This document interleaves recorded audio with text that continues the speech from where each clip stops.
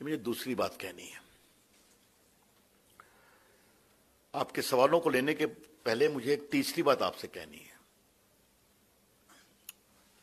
कि जो विपक्ष का कुनबा बन रहा था, पटना में शुरू हुआ है, अब बेंगलोर में जुटने वाला है। 24 में कोई वैकेंसी नहीं है, वो बात अलग है, लेकिन वो खामोश क्यों है? What has happened to them? याद करिए, इन लोगों ने पटना में एक्सक्यूज मी जो मीटिंग की थी, क्या कहा था कि नरेंद्र मोदी जी की सरकार अनडेमोक्रेटिक है, संविधान को बचाने के लिए सारी पार्टियों को एक साथ आना जरूरी है। और सबसे मुखर आवाज ममता जी की थी। आज मुझे सवाल करना है राहुल गांधी से। आपके भी कार्यकर्ता पीटे जा रहे हैं ना, क्यों खामोश हैं आप? कुछ नहीं बोलना? सीताराम येचुरी जी, अब तो आपके भी कार्यकर्ता पिट रहे हैं, आप भी खामोश हैं। बाकी मैं डीएमके और बाकी की बात नहीं कर रहा हूं, लेकिन जो सबसे अधिक विरोध करते हैं, CPI, CPM, Rahul Gandhi, one is amazed to see their conspicuous silence. उनकी चुप्पी जो है बहुत आशाजनक है। मतलब आजाद भारत में ग्राम पंचायत का चुनाव हो, 45 लोग मारे जाएं, यह आपके लिए कोई विषय नहीं है क्या? इट इज ए 48 लोग मारे जाएं, it is a sickening sign of a shameful democracy. एक बहुत ही बीमार लोकतंत्र का शर्मनाक उदाहरण है बंगाल। और जो खामोशी है वो दिखाती है कि ये लोग सब अवसरवादी हैं, स्वार्थी हैं, और नरेंद्र मोदी को हटाने के लिए, कुर्सी के लिए किसी सीमा तक जाने को तैयार है। Their conspicuous silence only demonstrates their rank opportunism, selfish politics, for the sake of power they are willing to go to any extent. मित्रों, एक अंतिम आग्रह जो मुझे आपसे करना है, ममता जी, मैं आपसे एक सवाल पूछता हूं और जरा आप बार बार पॉलिटिकल मोरालिटी की बात करती हैं, नैतिकता की, एथिकल स्टैंडर्ड्स की। तो ममता जी, अगर आपकी सरकार ये सब नहीं करती और करवाती तो कितना जीतती हैं आप? आई रिपीट, ममता जी, अगर आपकी सरकार और आपके ऑफिसर और आपका इलेक्शन कमीशन और आपकी पुलिस ये नहीं करवाती तो कितना जीतते हैं आप? मुझे याद है कि जब भी सेंट्रल फोर्सेस आती है, ये तो यहां तक कोर्ट के आदेश से आई थी ना, तो उनको सेंसिटिव बूथ शेयर किया जाता है। ये तो पहली बार हुआ कि बीएसएफ को पब्लिकली कहना पड़ा कि हमारे डिमांड के बावजूद हमको सेंसिटिव बूथ नहीं दिया गया। तो इससे अधिक और क्या प्रमाण हो? ये तो हम लोग पॉलिटिकल लोग तो बोलते ही हैं। The top level IG of the BSF को भी ये कहना पड़ा। ये पूरा चुनाव बहुत ही शर्मनाक रहा है,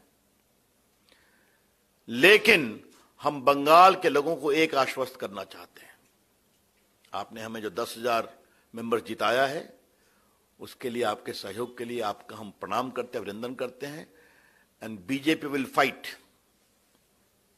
BJP will fight, and BJP will avenge this insult to democracy in Bengal.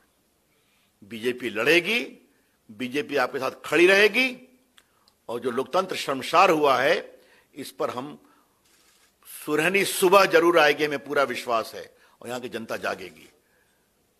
ममता जी, ये रविन्द्रनाथ टैगोर का बंगाल है, ये सुभाष चंद्र बोस का बंगाल है, ये ईश्वरचंद विद्यासागर का बंगाल है, ये वंदे मातरम की रचनाकार का बंगाल है। ये क्या कर दिया इस बंगाल को? इतने राइटर्स, इतने फिल्म मेकर्स, इतने क्रिएटिव लोग, इतने स्पोर्ट्स पर्सन्स। तो ये बहुत पीड़ादायक है। तो मुझे लगा कि अपनी ओर से ये कमेंट हम आपको कर दें। Now I am open two questions. Thank you.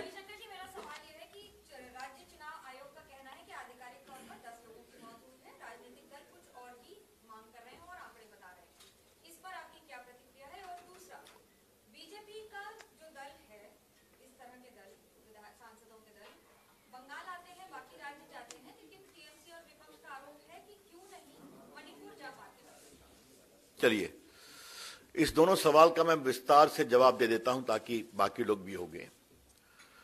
हमें बंगाल के चुनाव आयोग पर विश्वास नहीं है। जो उनके हेड हैं, मैं कोई व्यक्तिगत टिप्पणी नहीं करना चाहता हूं, वो बड़े पदाधिकारी रहे हैं ममता सरकार के, और कितने सुप्रीम कोर्ट से क्या क्या हुआ आप भी जानती हैं।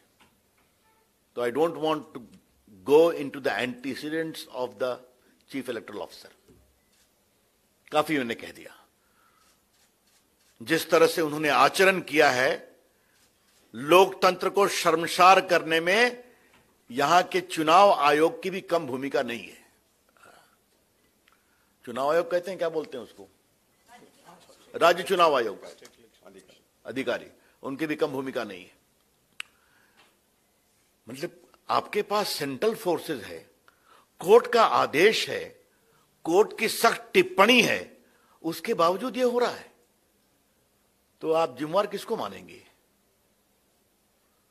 If I can use a legal language, इतनी संदेहास्पद परिस्थितियां हैं जो स्पष्ट बताती हैं कि चुनाव आयोग ममता जी के पूरे प्रभाव और दबाव में काम कर रहा था। There is enough suspicious circumstances existing to conclusively show that state election commission was working under pressure. अब जहां तक मणिपुर का सवाल है, मणिपुर में माननीय गृह मंत्री जाके 4 दिन रहे कि नहीं रहे, सबों से मिले कि नहीं मिले, वहां सेना के चीफ गए कि नहीं गए, मामला सुप्रीम कोर्ट में गया कि नहीं गया, सुप्रीम कोर्ट ने कहा लोग शांत रहें, शांति सबसे जरूरत है। तो जितना भी ऑल पार्टी मीटिंग हुई कि नहीं हुई, दिल्ली में हुई, राज्यपाल जी ने बुलाया, तो जितना डेमोक्रेटिक क्रेडेंशियल्स में तनाव को कम करने की कोशिश है, वो सारी कोशिश की गई है। मैंने सुना है कि ममता जी ने भी अपनी पार्टी को कुछ डेलीगेशन बनाया है, जाए वहां पर, तनाव नहीं बढ़ाएं, ये हम जरूर कहेंगे। वो एक बॉर्डर स्टेट है, सेंसिटिव स्टेट है, उसके तनाव को कम करना चाहिए। सर, एक सवाल है, 8 जुलाई को डॉन न्यूज़पेपर पाकिस्तान का, उसमें भी बंगाल चुनाव को लेते हुए एक रिपोर्ट लिखा गया है जिसमें कहा गया कि 7 kill in Indian village election clashes on Dawn newspaper. किस तरह से देखते हैं, क्या कहना चाहेंगे? एक बात मनोज्ञा, मैं आपके सवाल का जवाब दे दूं, वो 10 कह रहे हैं, तो हम क्या आपको डिसबिलीव करें? अगले सवाल मैं आप पर छोड़ता हूं। ये जो 45-48 नंबर आ रहा है, ये तो ज्ञान देने में आप लोग की बहुत बड़ी भूमिका है ना, तो क्या हम आप पर भी अविश्वास करें? हम आप पर विश्वास करेंगे, राज्य चुनाव आयोग पर नहीं विश्वास करेंगे, जहां तक मृतकों की संख्या सवाल है। अब मैं क्या बताऊं, दीदी को बताया जाए कि अब पाकिस्तान में भी उनकी लोकतांत्रिक कमिटमेंट पर सवाल उठ रहे हैं, उनको पढ़ाइए।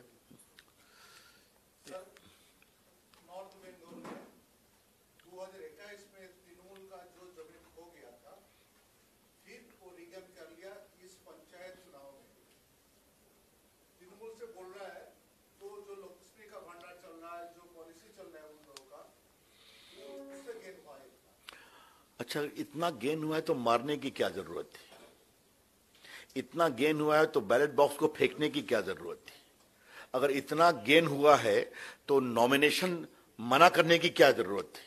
अगर इतना गेन हुआ है तो जो बीजेपी के लोग जीते हैं उनको जबरदस्ती करके तृणमूल में मेंबर देने के लाने की क्या जरूरत है?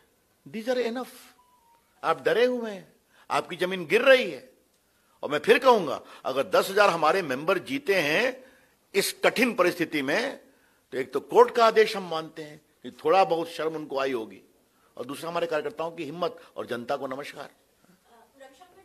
आपने प्रेस कॉन्फ्रेंस में जो बोला है कि क्यों ममता बनर्जी मीडिया को फेस नहीं कर रही है, उसके अगेंस्ट में तृणमूल कांग्रेस की तरफ से एक ट्वीट किया गया है, वहां पे बोला जा रहा है कि ये बीजेपी के कार्यकर्ता बोल रहे हैं जिनके प्रधानमंत्री जी ने पिछले 9 साल में मीडिया को फेस नहीं किया। अच्छा ठीक है, ये बात वो लोग लोकसभा में चिल्लाते हैं ना, हम जवाब देते हैं ना, यही कांग्रेस और तृणमूल कांग्रेस है जिसने राज्यसभा में राष्ट्रपति के अभिभाषण पर नरेंद्र मोदी को जवाब देने नहीं दिया था। याद करिए, 2 घंटा उनके शोरगुल में उनको जवाब देना पड़ा। ये वो चिंता करते हैं। मोदी जी देश में बोलते हैं, मोदी जी विदेश में बोलते हैं, मोदी जी हर बार चुनाव के बाद गड़बड़ी होती है तब भी जनता से अपनी बात कहते हैं, मन की बात से कहते हैं, जीतते हैं तो उल्लास से पार्टी कार्यालय में कार्यकर्ताओं से मिलते हैं। मैं समझ गया कि मेरी लाइव वो देख रहे हैं, तो फिर पूछूंगा, ममता जी तो हर बात पर हम अगर उनको कुछ चोट लगे जल्दी ठीक हो जाए। हमने तो ये भी देखा है वीडियो उनका कि पट्टी लगी हुई है और फिर भी वो टीवी पर ज्ञान देती रहती हैं, व्हील चेयर पर बैठ के ज्ञान देती रहती हैं। इस बार क्या हो गया है? ममता जी कहीं न कहीं आपके अंदर एक चोर है कि ये मेरी जीत ईमानदार जीत नहीं है। रविशंकर जी, मेरा सवाल ये है कि तृणमूल कांग्रेस ये कह रहा है पश्चिम बंगाल में जितना वायलेंस इस बार हुआ है सबसे ज्यादा तृणमूल कांग्रेस के कार्यकर्ता मारे गए हैं, तो फिर आरोप ऐसा क्यों उठ रहा है कि तृणमूल कांग्रेस सारा वायलेंस? जवाब बहुत सिंपल है। सरकार किसकी है? पुलिस किसकी है? हाईकोर्ट को क्यों इंटरवीन करना पड़ा? ये तो मैं पूछ रहा हूं बार बार। और जहां तक तृणमूल कांग्रेस के लोगों के बारे में बात है, किसी की भी डेथ हो अनफॉर्चुनेट है, लेकिन हमें बताया गया है कि वो उनके अंदर की भी बहुत गुटबाजी में भी यह सब हुआ है। कंट्रोल करना चाहिए था ना, क्यों नहीं हुआ? ये तो सवाल है। हमारे वेस्ट बंगाल के गवर्नर है, उनको देखा गया है नॉमिनेशन के बाद से वो स्टेट के अलग अलग जगह पे गए हैं, वो इलेक्शन के दिन भी गए हैं, वो रिजल्ट के दिन भी गए हैं, और उसके खिलाफ तृणमूल कांग्रेस ने अभी तक बहुत सारे टिप्पणी की है कि उनका जो व्यवहार है वो बीजेपी की तरफ थोड़ा सा पार्शियल है, ऐसा बोला गया है। आप उनकी जो भूमिका है राज्यपाल का, वो कैसे देखते हैं? देखिए, मुझे राज्यपाल पर कोई टिप्पणी नहीं करनी है, लेकिन हम तृणमूल कांग्रेस की टिप्पणी का जवाब एक काउंटर क्वेश्चन से करेंगे। वो क्या चाहते हैं? वो बूथ लूटते रहें, वो लोगों को मारते रहें, वो नॉमिनेशन करने से लोगों को रोकते रहें, और राज्यपाल खामोश मूर्ति बने रहें, even though he is the constitutional head of the state in a democracy.